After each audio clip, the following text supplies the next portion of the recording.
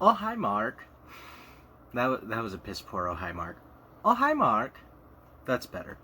It was I overpronounced the R. That's what I think it was. I think I overpronounced the R.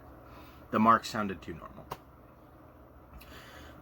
So today we are gonna do a little something different for the channel because I didn't really want to watch a movie tonight. I got off of work and I diddled for too long, kind of fiddled around, and well, now it's too late to watch a movie, and I don't want to give you guys a half-assed review, at least not on purpose. Like I don't want to make a review that's just gonna be me speaking super slow, because we know that's how I get when I'm tired, unless I'm slap happy. In which case, that's not really quality either, because I'm laughing every 3 seconds. But so today, I decided to make a top 10 list, which is something I've talked about in the past, but I haven't done it yet, up until now anyway. This is just kind of a list that I came up with off the top of my head. I was, kind of looking at my collection. I was perusing the collection while I was doing this. I just kind of came up with what list I wanted to make, and I made it. I didn't put a ton of thought into it. I mean, I thought about it for probably 20 to 30 minutes. Probably not 30, probably about 20 minutes. Because honestly, if I were to think about it for too long, I think I'd just break my brain. I feel like it would overheat and it would just fall out of the side of my head. So, I just kind of real quick thought up some movies, and I was like, all right, here we go. And so this is going to be my personal, again, just because this is a top 10 list, this is my top 10 list. That doesn't mean these have to be your top 10 rewatchable movies. They are just my personal most rewatchable movies, or my go-to movies. Just movies that I watch a lot. So I've kind of tailored this to movies I watch a lot now, because if I were to have done this list a year ago, it would have looked a lot different. I mean, Blood Feast would probably be on there. I don't watch that like a ton anymore, but anyway, Intruder probably be on there. So I tailored this list more towards now. Anyway, without further ado, I think I should just get into it and stop talking about it. First, we do have some honorable mentions, though, which are right in front of me. I don't know why I was holding the book the whole time. Like, I needed the book to make the list, not really to record the video, though. So, anyway, without further ado, my honorable mentions. The first honorable mention we have here is Halloween. Not just Halloween 1978, but Halloween 2018. I watch both of these movies a lot. An insane amount. I actually have watched both of these movies recently. Watched this last night. Watched this a week or two ago. So yeah, I watch both Halloween movies pretty often. I love both movies. I do prefer the original Halloween 2018, though. Probably my second favorite in the franchise. I know that's not a popular opinion, but I really do like it. Yeah, I love both of these films. Michael Myers is just, he's such a badass villain. Like, there's something about the way Dr. Loomis talks about Michael Myers in these films. Like, he's inhuman and just pure evil. It gives me the chills. It's awesome. Alright, next honorable mention is, I pulled this up just for City of the Living Dead, which you guys can't really see that, so I'm just going to stop holding this up. But yeah, City of the Living Dead is still my favorite Lucio Fulci movie. Oddly enough, though, it's not my most rewatched or rewatchable Lucio Fulci movie. I tend to really only watch City of the Living Dead once or twice a year. And usually one of those times is going to be around Halloween, or, around October. And I think it's just an attempt to kind of make this film maintain its specialness. Not that this film will ever lose its specialness. It'll just...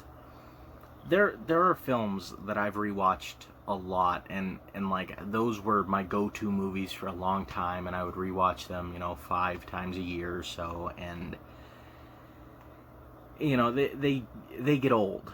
It's unfortunate to say. They get kind of old, not necessarily boring, but like, what's coming, and you start wanting something else. It's not that you've stopped wanting to watch this, it's just that you get this mindset, or at least I do, of I've seen this movie so many times, I should definitely watch something else. And that's what I'm trying to avoid with City of the Living Dead. I mean, I have seen it quite a few times. I'm still fairly new to Fulci, so when I say quite a few, I mean it's, I've only been watching Fulci films for a couple of years now. But yeah, City of the Living Dead, it is my favorite Lucio Fulci movie. It's just, I don't rewatch it as much as some of his other ones. Madman. There's something about this 80s slasher movie that I find insatiably charming. I know this isn't some people's favorite slasher film, but it's one of mine. Like, I think if I were to make a top 10 slasher films, I think this might make the list. I don't know what it is about it. It's just a fun, like, camp at night atmosphere. It's weird because this film kind of has a fun atmosphere when it comes to like the whole camp setting is fun, and it's always a fun way to go for a slasher movie, right? But with this film, there's also kind of this cold atmosphere, which makes sense because this movie takes place in November, which I've always thought is really strange. It's just this camp that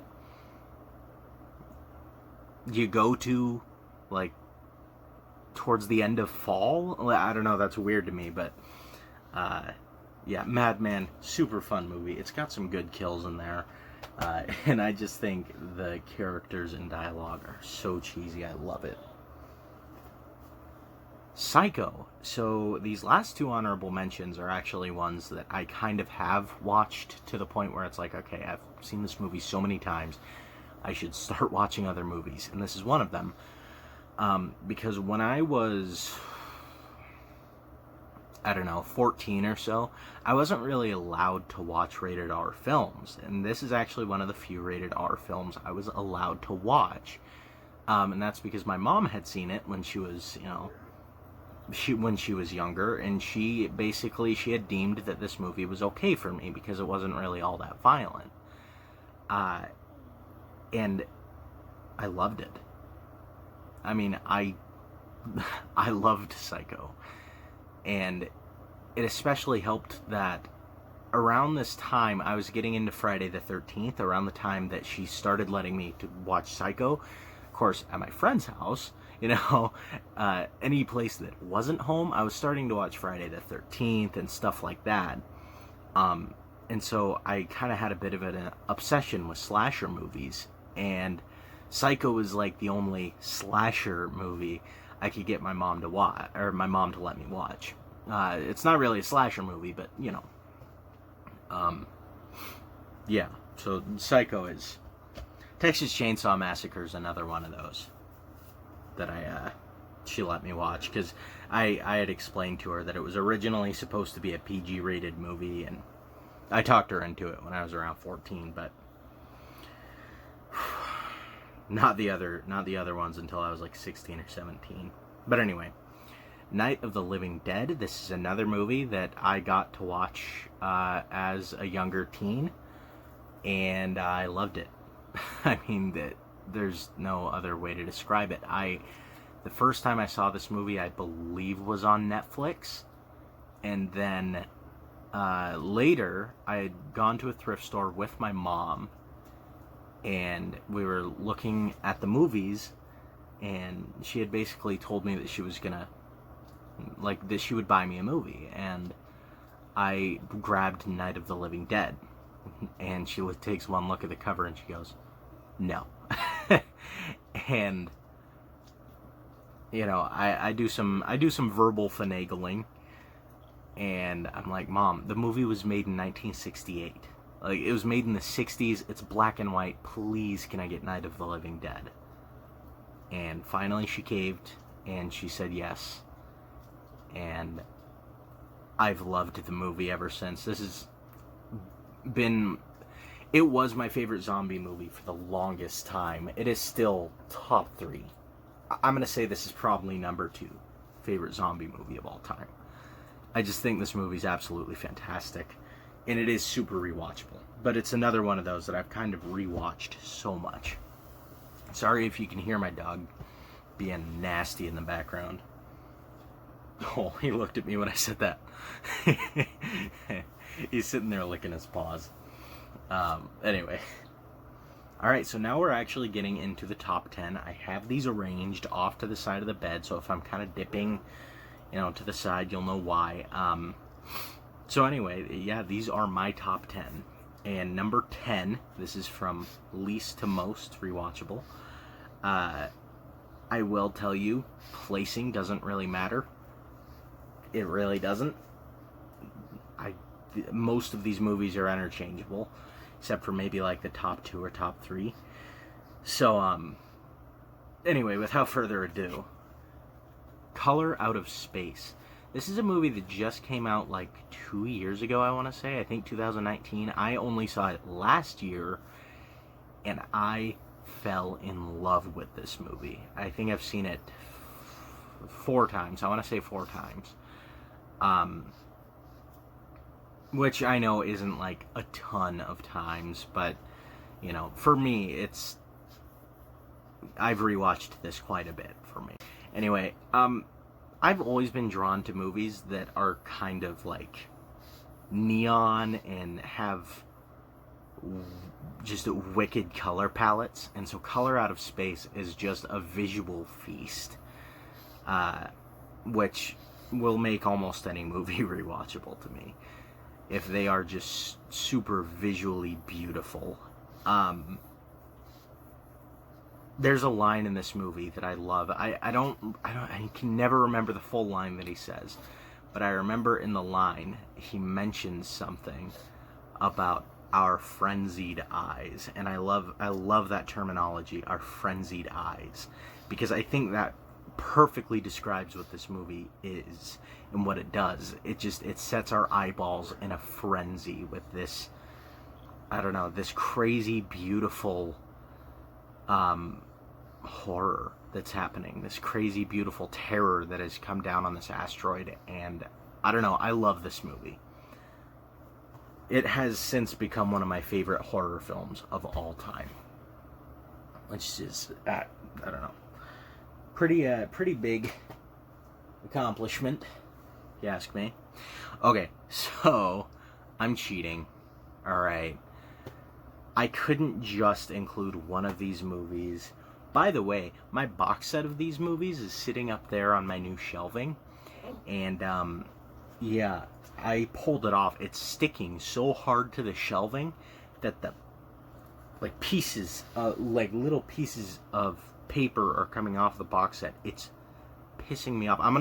Next time I put it up there, I'm gonna put a piece of paper or something under it to make it to where that doesn't happen, because that box is beautiful, and it would be a real shame if anything ever happened to it. But these Friday the 13th movies, I'm gonna try to be pretty quick with this. So these are probably my 4 most rewatched Friday the 13th movies, and 4 of my favorite. So Friday the 13th Part 1, I rewatched this movie a lot. I know this movie like the back of my hand. This was the first slasher movie I have ever seen. I dig the hell out of this movie. I have really fond memories of watching this movie. Friday the 13th Part 3, this was my favorite movie for like a long time, for quite the period during high school actually. Friday the 13th Part 3 was actually my favorite movie. It was my favorite slasher movie for a little bit after that. Now it's not, but this is my favorite Friday the 13th movie, I think. This is the one that, whereas Friday the 13th Part 1 might have gotten me into the genre, this movie got me into the gruesome special effects.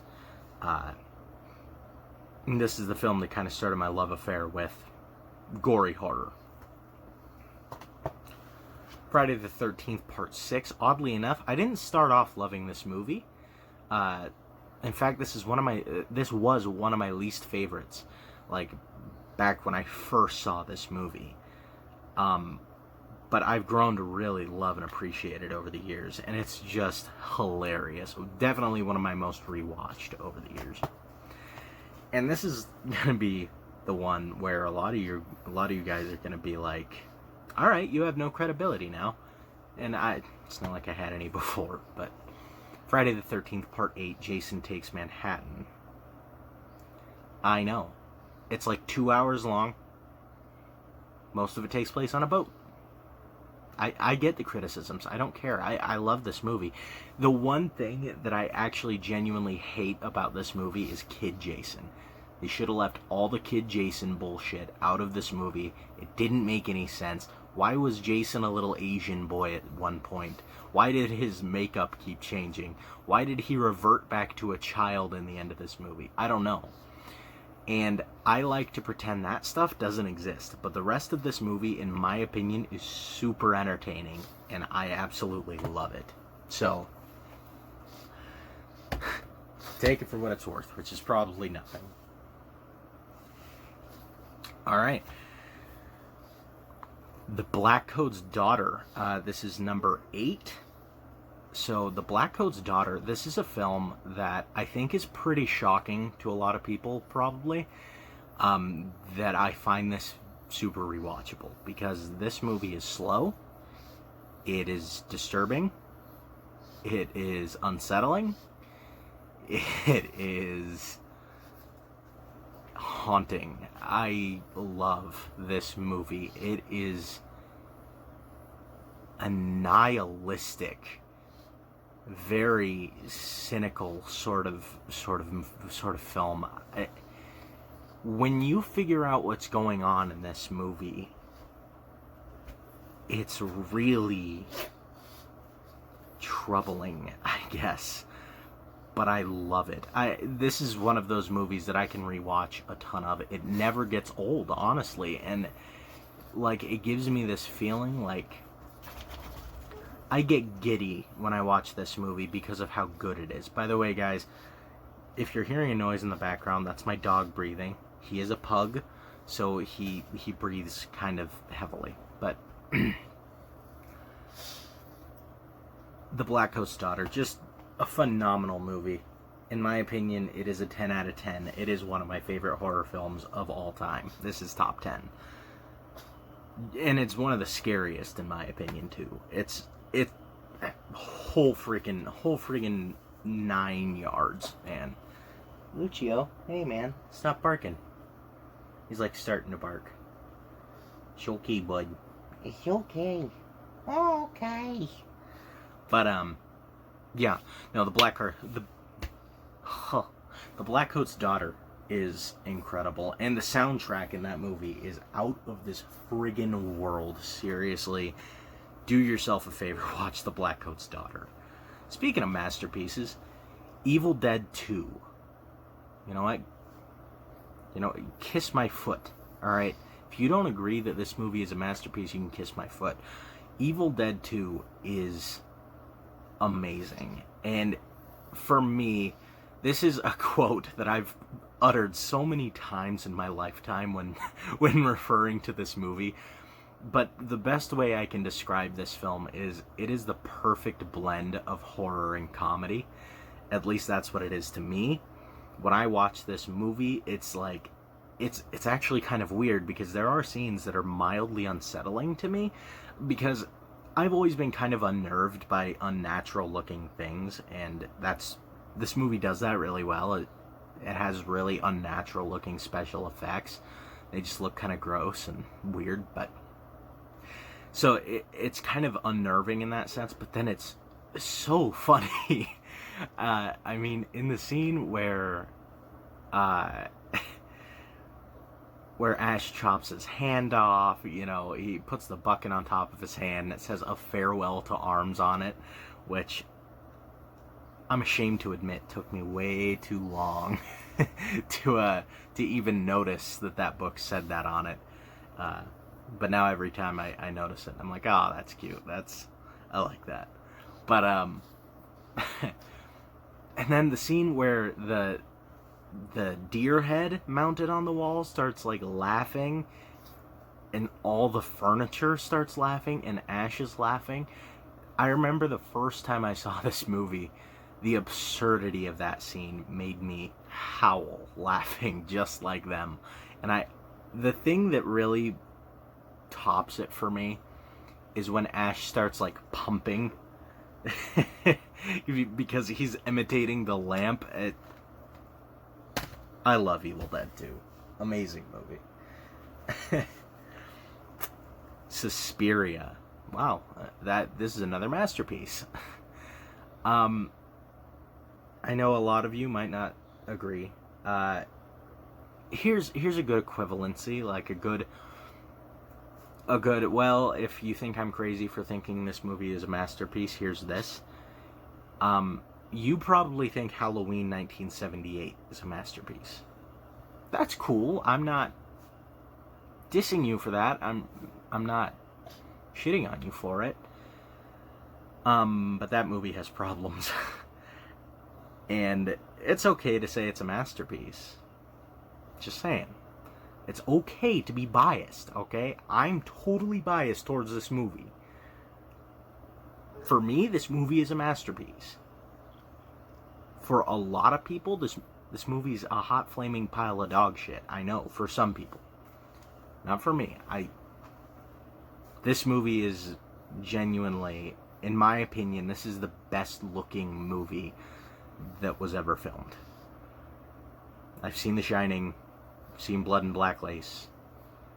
I've seen some very well lit, obsessively filmed movies, and in my opinion, Suspiria is the top of the heap. It is the most visually fascinating movie to me. The most visually, I'm going to use a weird term here. It's visually seductive. This movie it seduces me with its beautiful colors and its beautiful shot framing, and just everything about this movie visually is fantastic. I even like the super paint red blood. Just everything about Suspiria is incredible. I understand the dubbing. I totally get that. But it's something that I totally overlook because I just don't care. I don't know. And there's even some creepy bits in this movie, like the end with Elena Marcus. I don't know.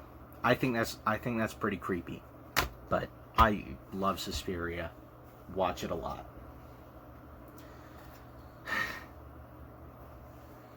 Killer Clowns from Outer Space. I grabbed this just because it's the Blu-ray. I have 2 DVD copies. Technically speaking, one of the DVD copies is literally this, but on DVD. It's the same edition. I need to get the Arrow Blu-ray.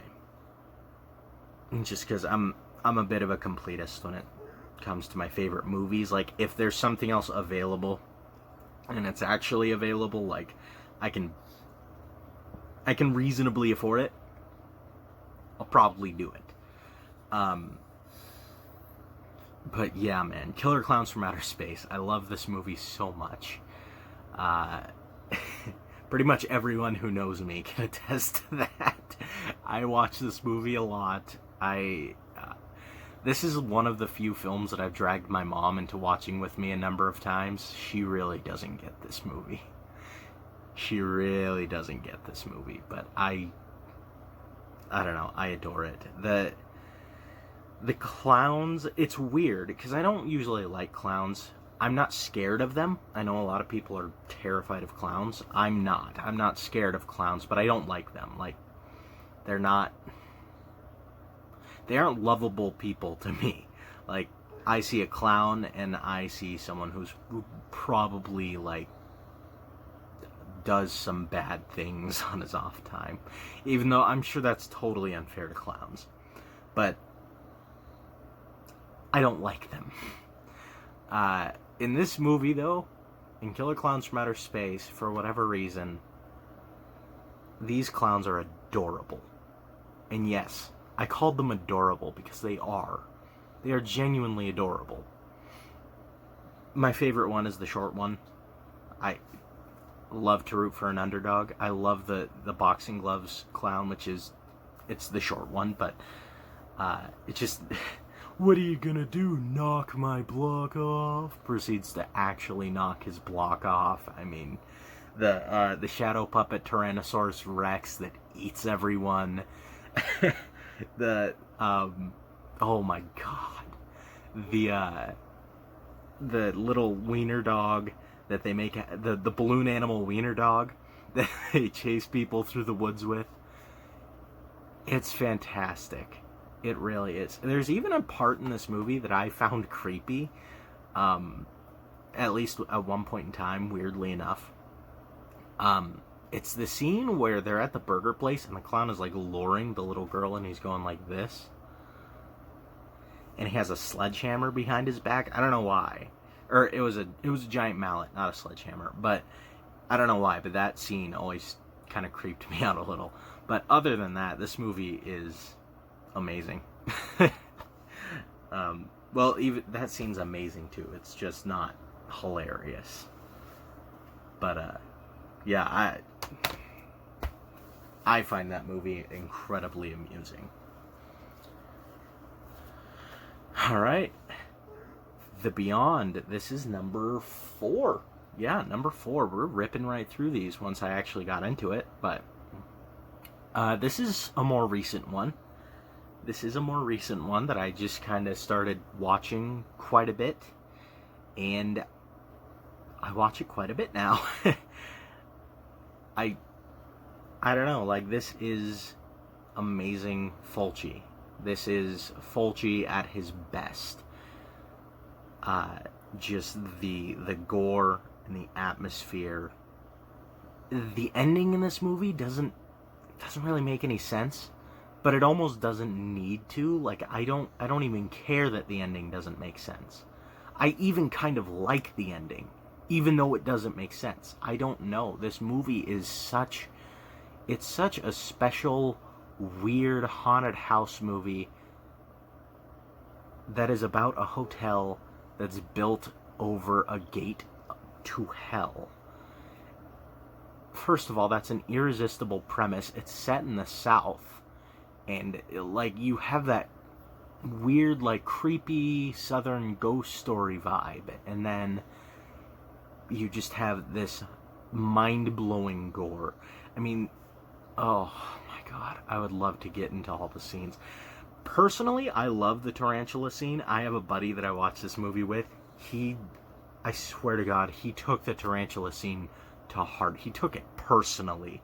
He's like, those are like $2 tarantulas that they bought at the dollar store. Like, he was mad about the tarantulas. But I love that scene. Just the way they get their giant fangs on pieces of his face and they just rip it right off. I think that scene is phenomenal. And the face melt scene in the morgue, oh my god. This movie's amazing. Of course, it has some silly or a silly inconsistency or inaccuracy rather with the firearm that's in this movie. The guy has some form of revolver I think we're led to believe it's a larger caliber one. Sorry to break it to you, but it doesn't have like 16 shots in there.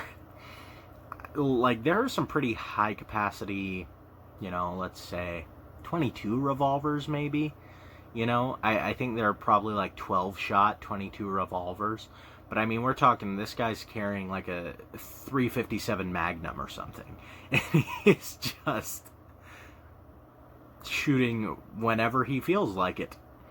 Bullets don't exist. They're a figment of your imagination, therefore you can have as many of them as you want. But that's just, it's kind of a thing that happens in old movies, and especially Fulci movies. But The Beyond, other than that, is just amazing. I can totally see why that's most people's favorite Fulci film. Zombie. So this is actually my second favorite Fulci film. The Beyond, by the way, was my third favorite, but Zombie is my second favorite. This is probably my most rewatched Fulci film, though. So originally, when I was getting introduced to Lucio Fulci,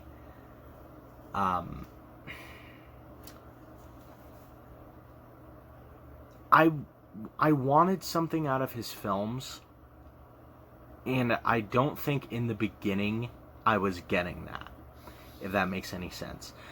The first, I guess, zombie film that I ever saw from Fulci was City of the Living Dead. Now, for those of you who have seen City of the Living Dead, you know why I put air quotes around a zombie film, because it's not really a zombie movie. Hold on, guys. I'm going to transition the video. Sorry about that, guys. I was running out of time on the camera, but anyway. So anyway, City of the Living Dead isn't really a zombie film. For those of you who have seen it, you know that, and it's really kind of a ghost zombie film. Like, it's kind of odd. And so I saw that movie, and I saw House by the Cemetery, and I was like, God, this really isn't what I wanted. And at the time, I really thought Lucio Fulci was kind of overrated. I ended up seeing Zombie shortly thereafter, and I loved it. Because this is what I wanted. I wanted Zombie. I didn't want City of the Living Dead at the time. I probably wouldn't have been too happy with The Beyond at the time even. But Zombie this is the type of movie that I wanted. I wanted a straightforward zombie movie. And I think as a result, I've watched it a lot. This is one of the few zombie movies that I actually rewatch for whatever reason. There's not a ton of them out there that are like endlessly rewatchable to me. I do rewatch them, just not to as high of a degree as most movies, but Fulci's Zombie is it's probably my most rewatched Lucio Fulci movie, and for a long time it was, well, I say for a long time, like I said, I've only really been watching Fulci for a couple of years, but even now, though, there's something about this movie that's just so insanely fun. I can throw this movie in at any moment. I could throw it in right now. And I wouldn't be mad about it. The only reason I would be mad about it is because I kind of want to go to sleep. But, well, at least sometime soon. But this movie is incredible to me. I know it's cheesy, but I mean, first of all, it has a fight between a shark and a zombie, which is amazing in and of itself. But then we have the score, we have the women, which that doctor's wife, I don't buy for a minute that she's his wife, because that woman is gorgeous. But then, of course, on top of the score and the beautiful women, we have the gore, which is amazing in this movie. I also love the zombies. I don't know why, but I like the slow-moving zombies with this really kind of rotten, dirt-caked look. But I mean, you guys know I've reviewed Zombie. Honestly, I kind of feel like that review didn't go as well as I'd hoped it would. Honestly, this is probably a better review than that review was. That review is kind of an abomination, in my opinion. But,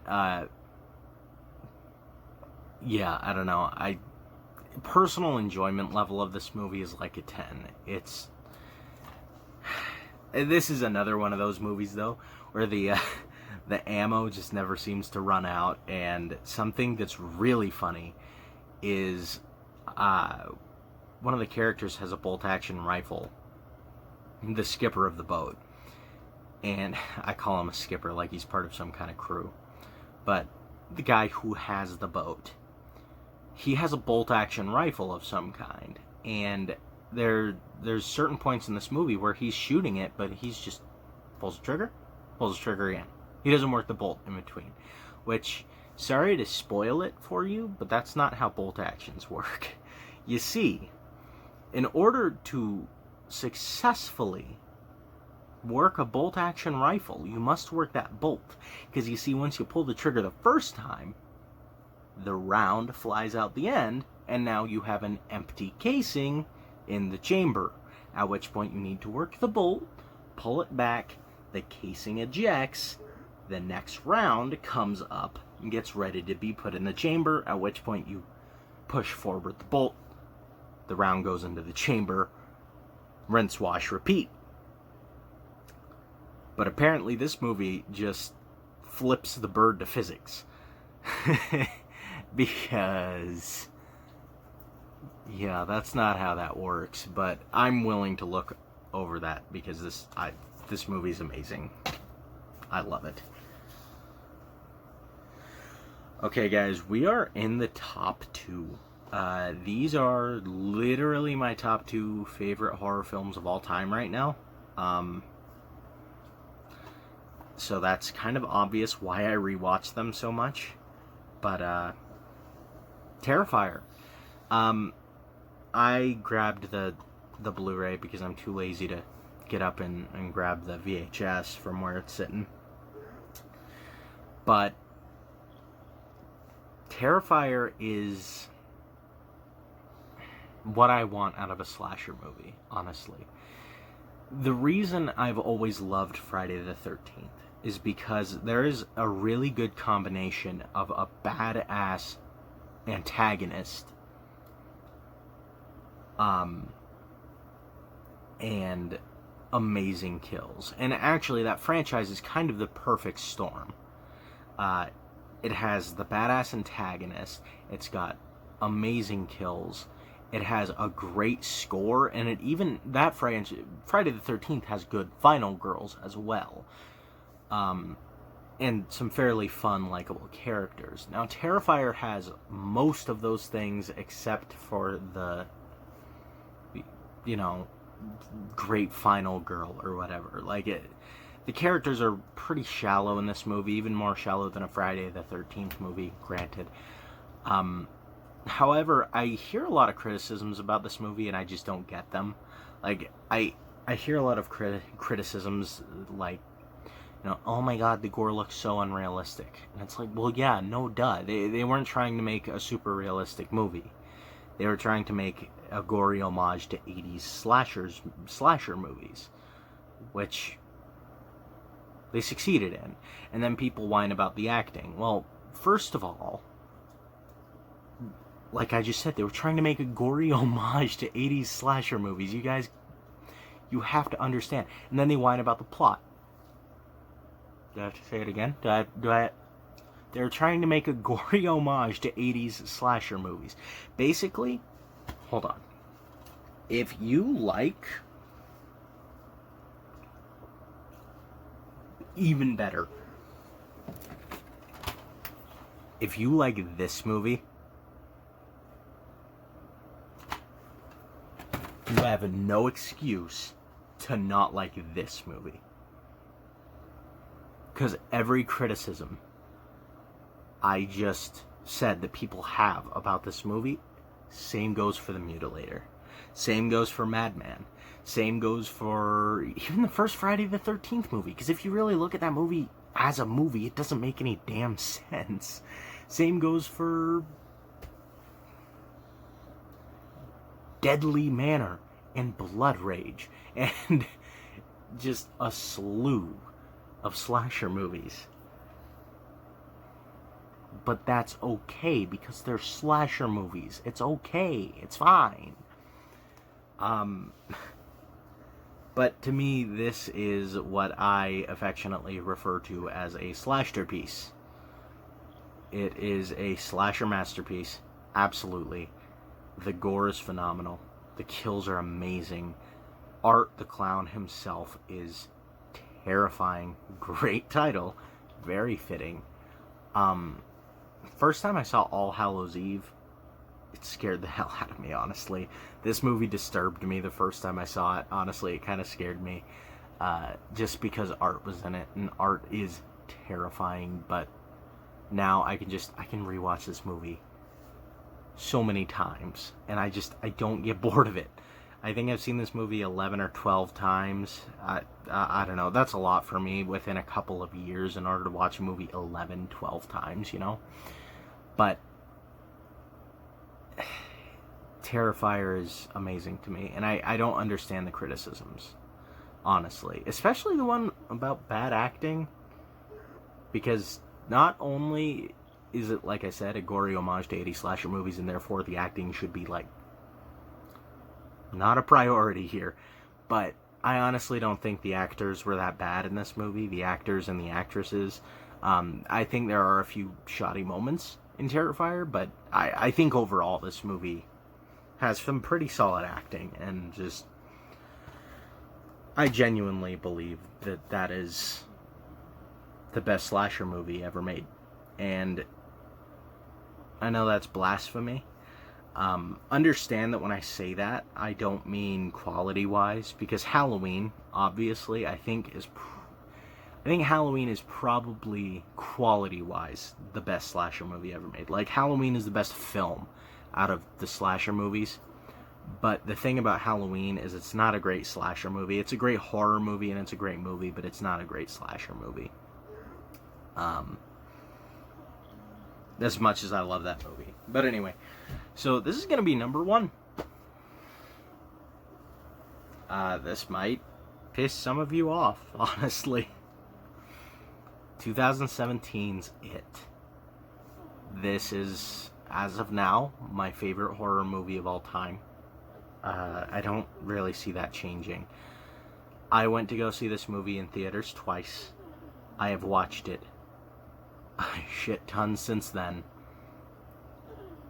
I love everything about this movie.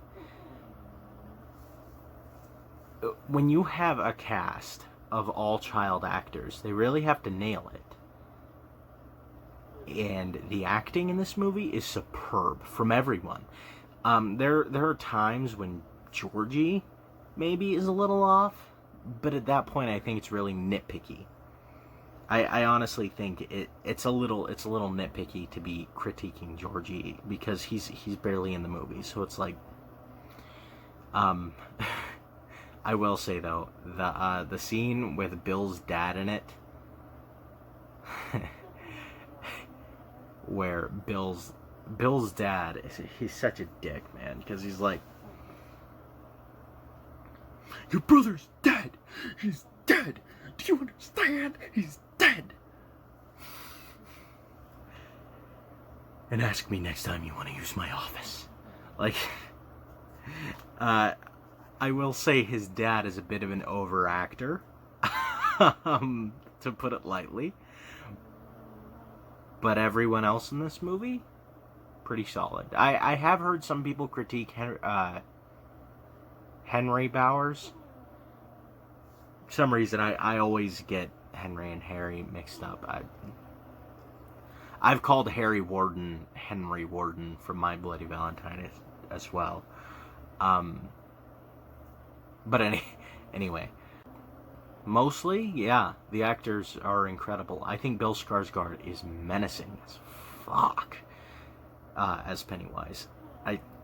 I just genuinely don't see how people have a problem with it. I think, correct me if I'm wrong, don't attack me over the shit, but, or do if you want. I don't really care.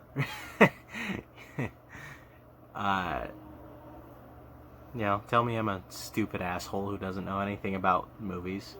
That's fair, but, I personally think people who trash on Bill Skarsgård as Pennywise and hold up Tim Curry's performance as this wholly untouchable thing,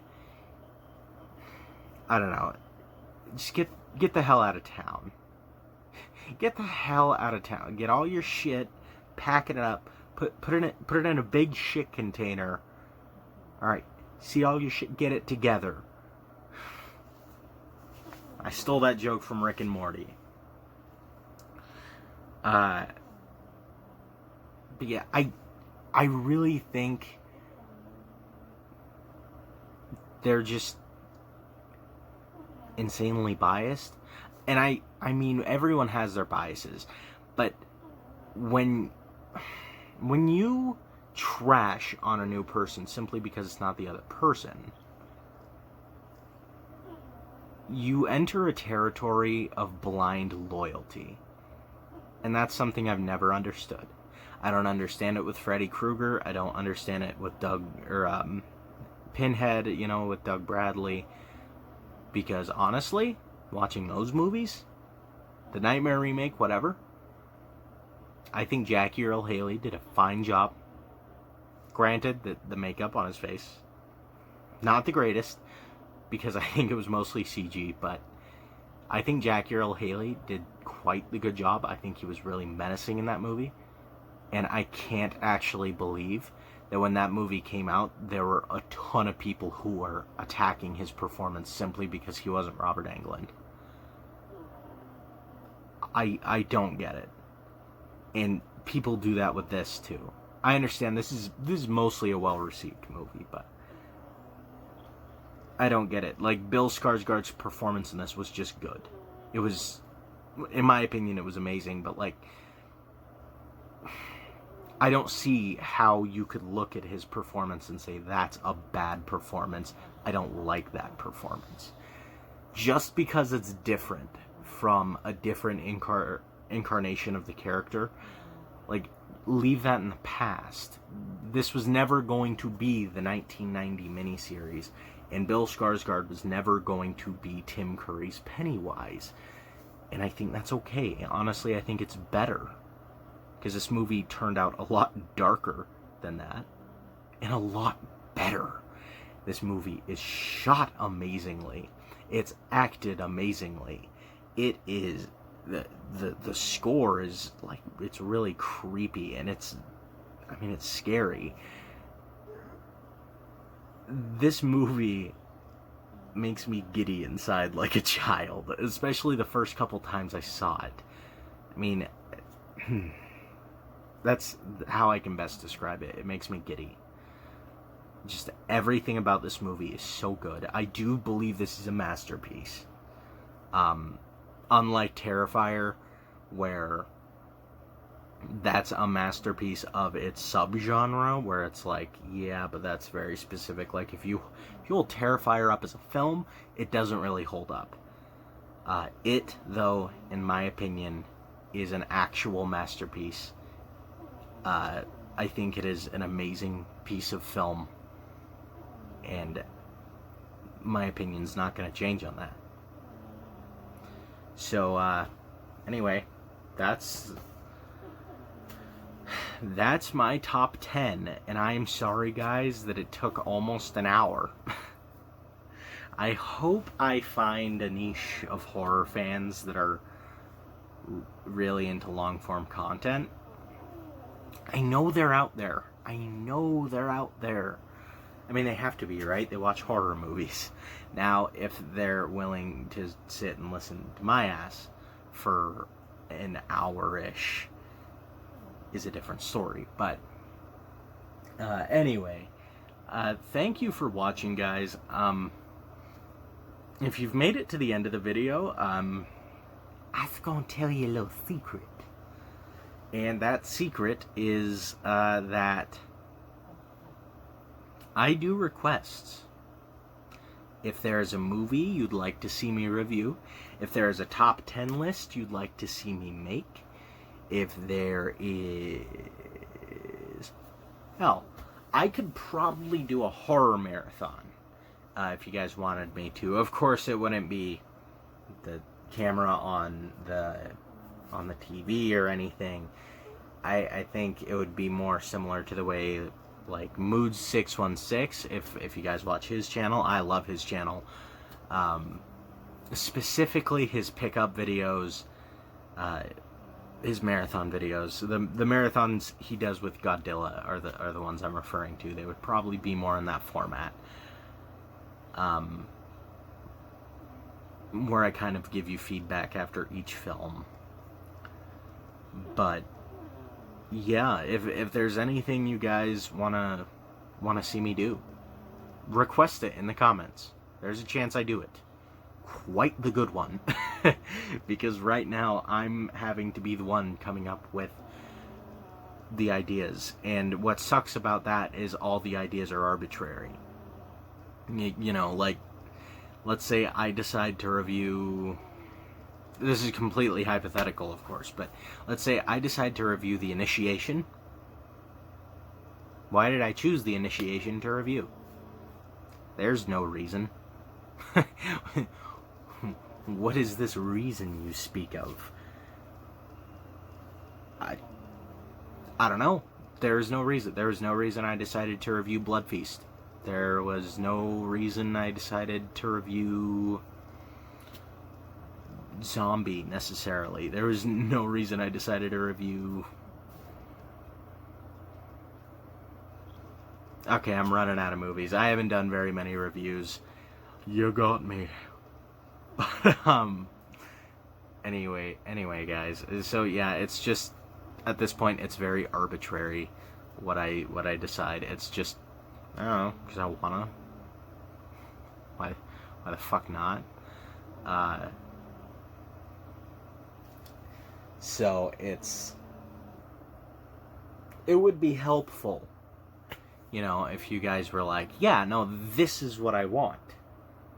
Be like, oh, okay, and that way I at least feel like I'm catering to you guys, you know what I mean, instead of just doing what I want. Because I make these videos partially for my entertainment, but I make them also sort of for the entertainment of others. That part hasn't really kicked off yet, because no one watches these damn things. But I'm making the type of content that I find super entertaining in the YouTubers I watch. I talk about horror because that's my favorite subject. I find it fascinating and definitely incredibly entertaining to hear people talk about horror movies. And so that's what I do. Anyway, I think I've droned on for long enough. I think I have wasted your guys' time sufficiently. I do apologize for the length of this shit and the length of this outro. Anyway, guys, you know what? I'll catch you on the next one.